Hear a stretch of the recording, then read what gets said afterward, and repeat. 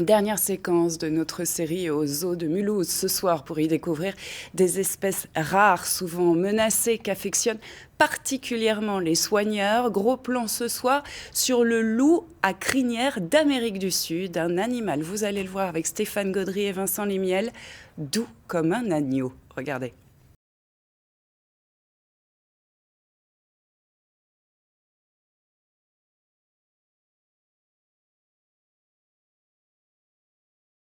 C'est son pelage orange, il n'a pas grand-chose d'un loup, et vous allez le voir, le loup à crinière vous réserve encore quelques surprises.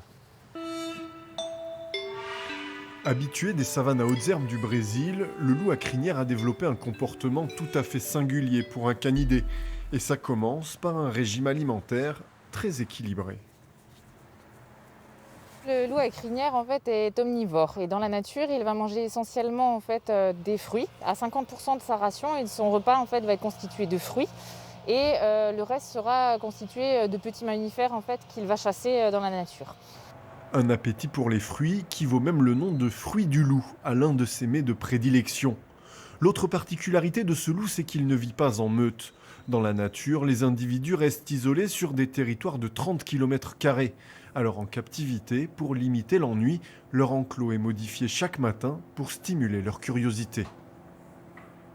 On y a déposé des choses, on peut mettre des odeurs, on peut mettre un petit peu d'alimentation. Donc du coup ils sont beaucoup plus alertes le matin en fait à la sortie. Vraiment le meilleur moment de la journée pour pouvoir les voir, c'est tout de suite à l'ouverture du parc.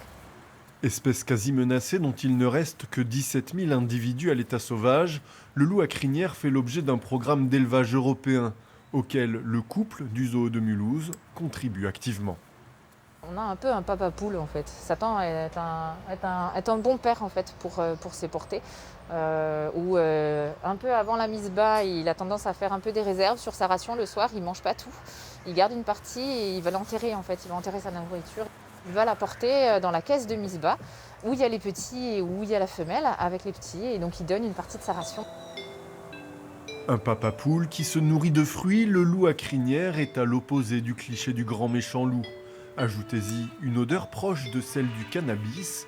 Chez les canidés, le loup à crinière occupe une place un peu marginale.